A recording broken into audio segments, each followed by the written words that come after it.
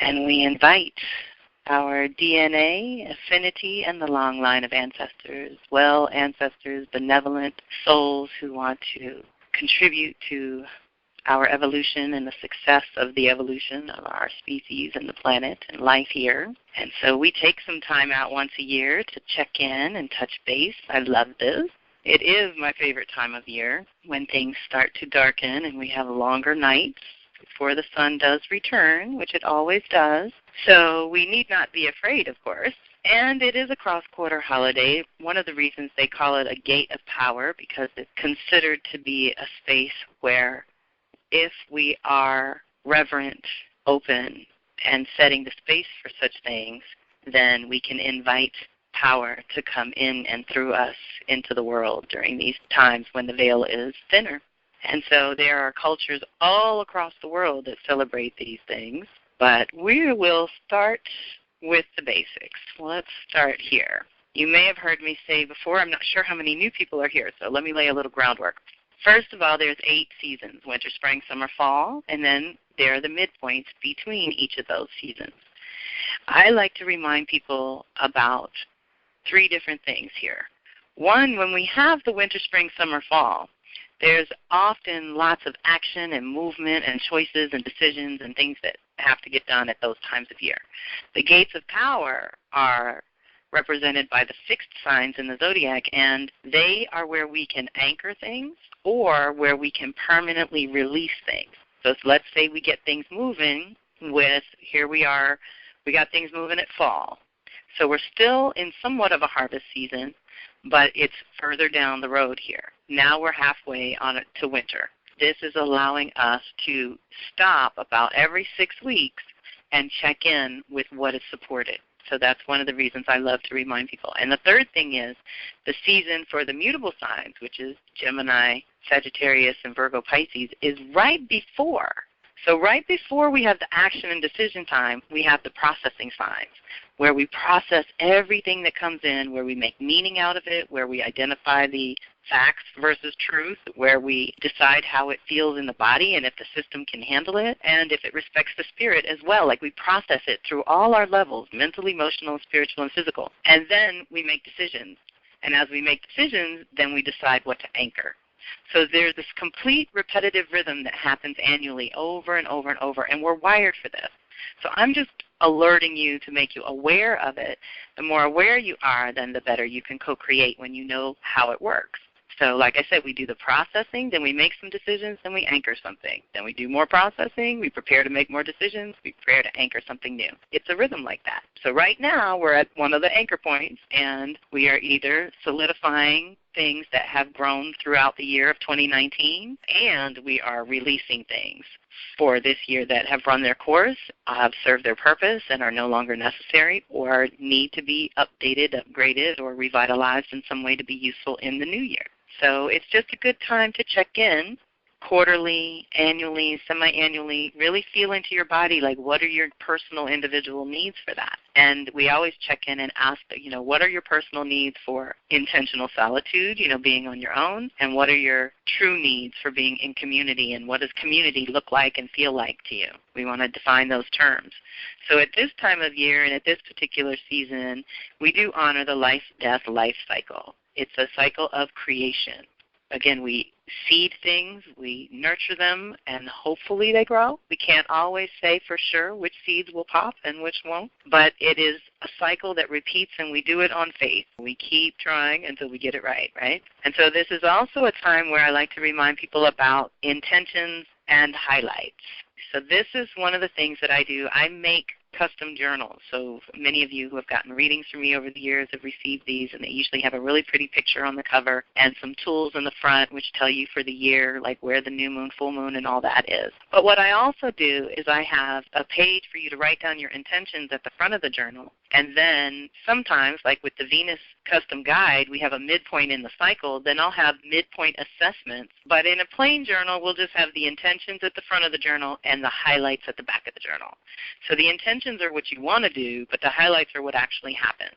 And that really helps you as an individual kind of keep yourself on track with what you're getting accomplished. And the idea is to give yourself credit. Everyone's not going to understand the many, many additional accomplishments that you've had behind closed doors. So it's good to make a list, and as we get older, we need a list because we forget what we do. We do so much. Of course, the biggest thing that this time of year is pretty well known for is honoring the dead, our ancestors, our loved ones, anybody that has passed on that you would like to honor. And there's something that I'm cultivating with my mentorship clients, and that is creating a special grief garden. So some of the things we're going to talk about tonight are like what to do during this time of year, and that is one of the ideas I want to dive deeper into with those of you who really want to understand the concept better. But the idea is we have aspects of our shadow nature that get relegated to the back burner until we can deal with them, and there are other things that happen along the way that don't allow us to check in the way we should. So this is our reminder for that. It's a practice that you can get into where you honor a mourning process of some sort. If you have a grievance, if something has hurt you or somebody's let you down, then if we don't tend to those hurts, if we don't honor them in some way and put them to rest, they can kind of stack up in the back burner there and become toxic and disruptive and cause problems. So the idea is to create a little space and time for yourself where you can go and tend to these things once a month, once a year, whatever it is that works for you. Again, things that work for you. Of course, it's all famous to be doing carving pumpkins and things, but there really is a sacred aspect to that.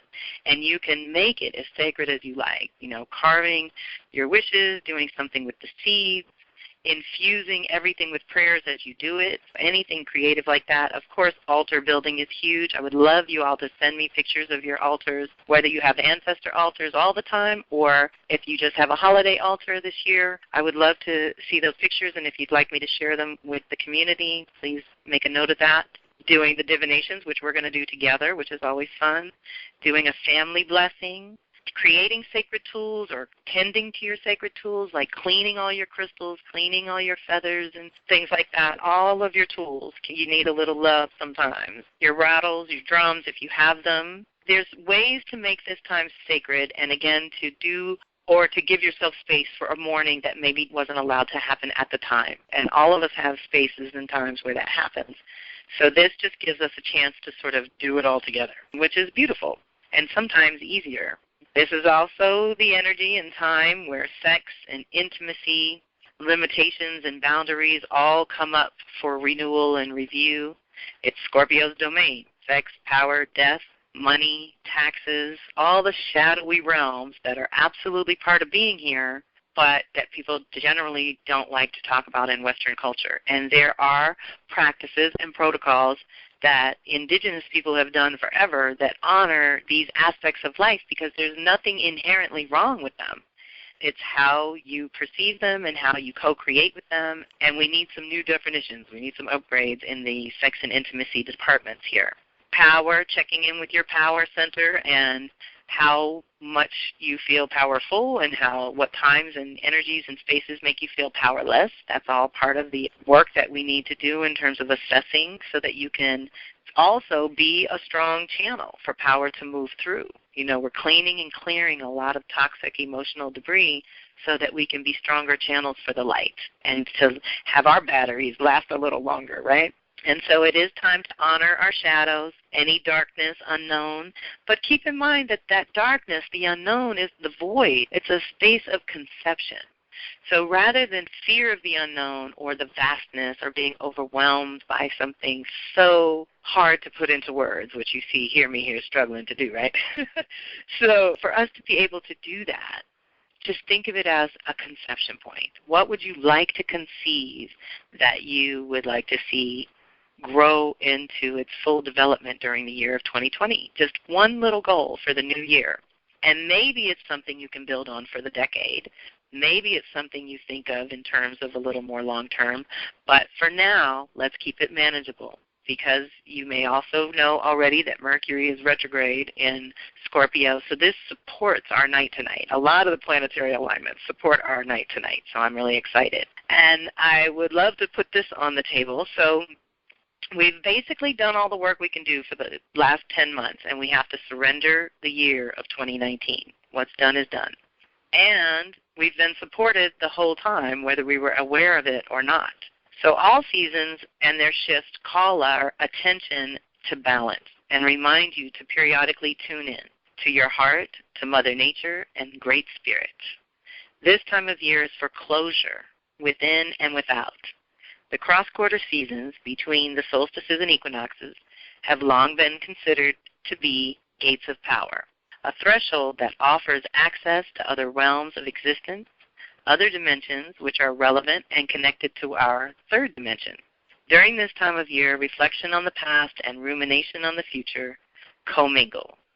The angels, ancestors, and animal spirit guides should be honored and will be more accessible for communing with at this time of year. You can ask for their guidance on the lesson and purpose of certain events or experiences of the past year, and you can ask for guidance on how to proceed during the coming year. After completion, clearing, and release, it is especially good to sit with the empty space for a period of time. This is an infinitely potent time in between, a place also referred to as the sweet spot, that very thin membrane between seed and new life.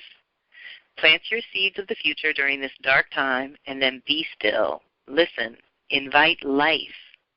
This 6-week period prior to winter solstice has the longest nights, implying rest, work behind closed doors, and moving through any darkness, any personal darkness.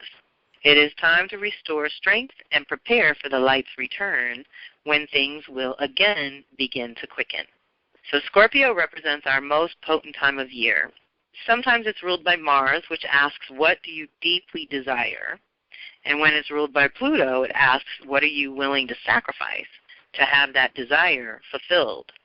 So I like to ask, where are you willing to sacrifice?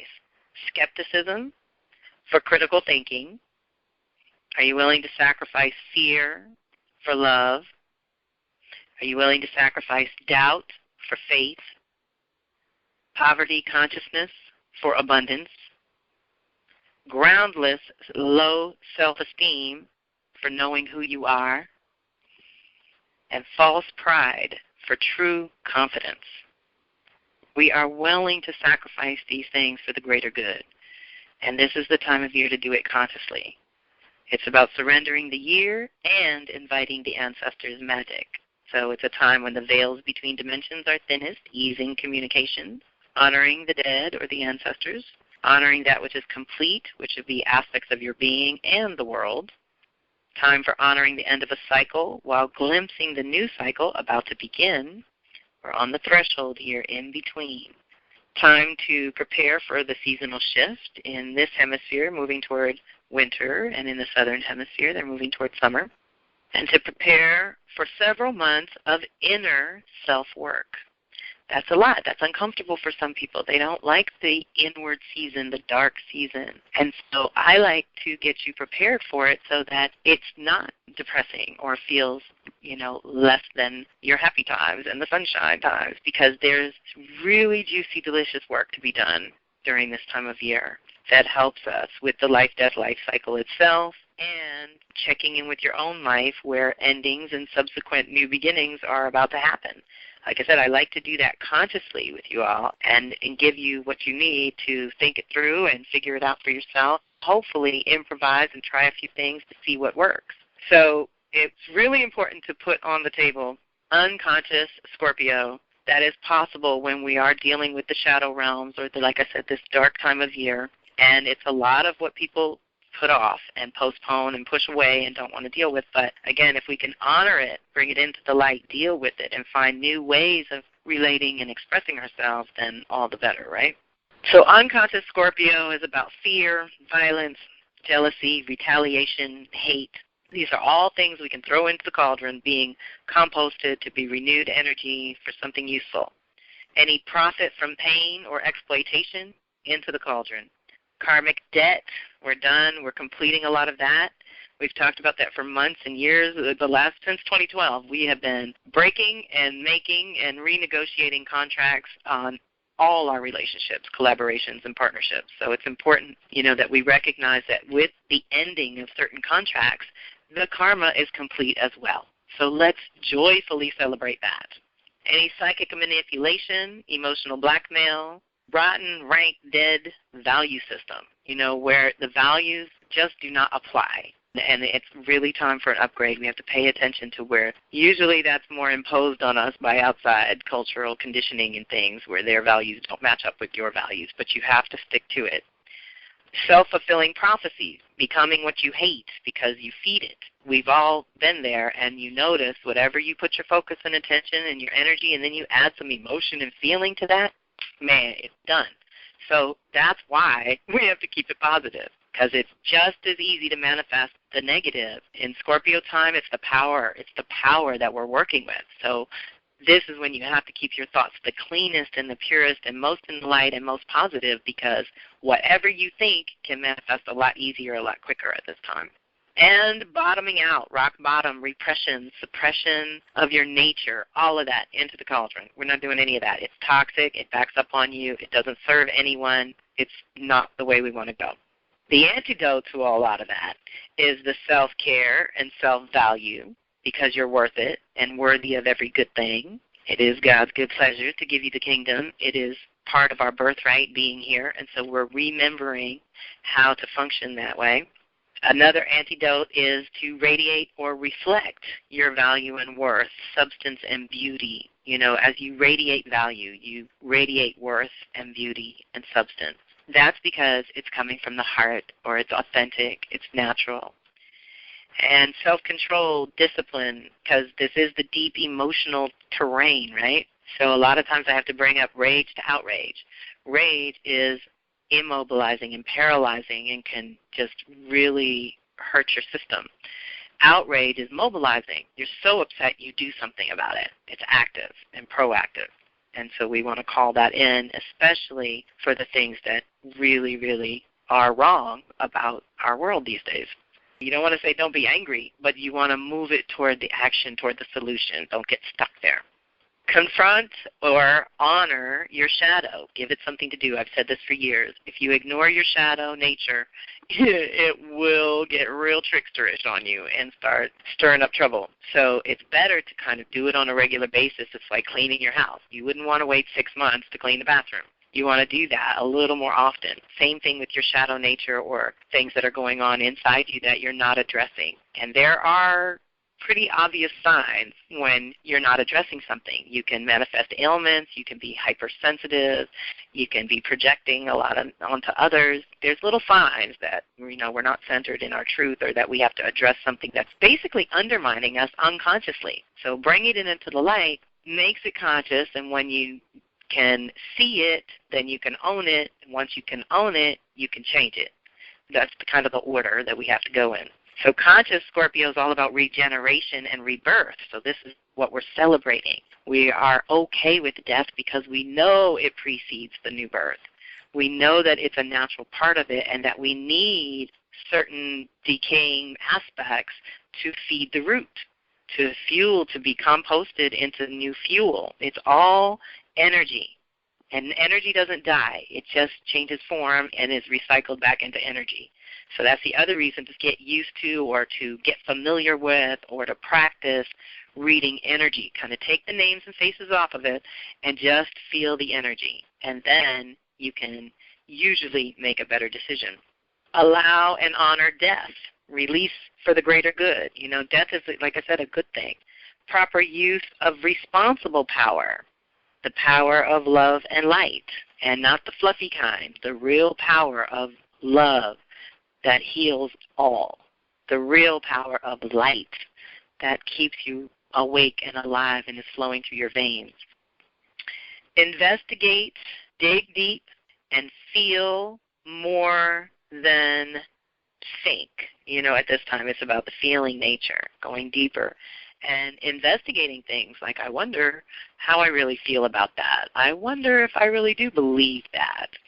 Here are ways where maybe I'm not congruent with what I'm saying I believe and the choices I'm making. And so we're awakening to that as well. And it's always a good time to remind us during Scorpio about any survival mode or traumas that we've been through and things. And so what happens is survival mode is great and it's useful in its place. But often, and especially with women, we have survived so much that it's a default setting. Sometimes it's a badge of honor. Sometimes it's an archetype that we take on too long because we have survived so much, and it appears to be a strength, but it actually ends up being a blockage to help and assistance and love and support. Because what happens by you telling the universe, oh, yeah, I'm a survivor, the universe is like, okay, let's give her something else to survive. Let's see how that works. So we want it when we need to tap into that strength, obviously, to survive in a moment of crisis or a threat to our lives. But we don't want to linger there because, like I said, then you just get more stuff to survive, right? I mean, who needs that drama? And so this is a great time for any kind of fire rituals, purification. I'm hoping to go downstairs to the fireplace and actually video fire like I do the sunset. And if it's beautiful and I can use it, I will. But I want to do it just for fun because I'm going to do a fire ceremony, and maybe I'll film that too. It's time to tap into your creativity as well. This is our power to create our lives by hand, our authentic desires and needs and desires, and what we're trying to create this lifetime is so important. Well, let me quickly go through the chart. So this is the energetic support for 6 weeks. We can look at it as a little snapshot of that. I just took some quick basic notes for this. Change within and connect to your individual purpose while you figure out what the collective purpose is. But it's like change within so that you can create more loving, authentic, conscious, equal partnerships with others that are fun. I put here fun, sexy, unique, light-filled, and radiant. And that's because Leo's ruling it. So we have Aquarius on the individual first house and Leo on the relationship house. So in order to have that love, we want to be super independent. But we also want to value spirit and heal our individual values where needed. Express more beauty, honor the ancestors every day, and honor yourself every day. Really important. A little bit of self-care and a little bit of sit down with your angels, ancestors, or animal guides, whatever you're into. And then commit to deeper partnerships. So your commitments, partnerships, collaborations are all going to get richer in 2020. So that's the other reason to have your individual base really strong, because then collaborating with others is actually fun and easy. Raise the vibe of who you are and what you want. So spiral up in your desire nature. Let's inspire that to a higher level. Renew your relationship with power and your understanding of it, your expression of power. That's what we've talked about all night long, really. And then I love this because it was honor raw truth, value higher truth, nourish truth. There's 4 different planets that are talking to us about truth right now. And we want to feed that individual truth as well as our community and collective and social truths going on, with the sacred feminine wisdom as the guide. And then ultimately, that Capricorn, which has got Pluto doing the cleansing and Saturn restructuring the reality and letting go of the old patriarchal ways, we can definitely release patriarchy and reclaim the Council of Grandmothers. So cleaning, cleansing, clearing the subconscious is really supported, let's say, by this chart and this season. So the last thing I want to put on this recording for everyone is just an open invitation to my new work, which is evolving as we speak. And part of course, what my focus and conception and seeds I want to spring, or I should say blossom by spring, that is the Soul Sister Circle, which is not astrologically based, but guided by the animals.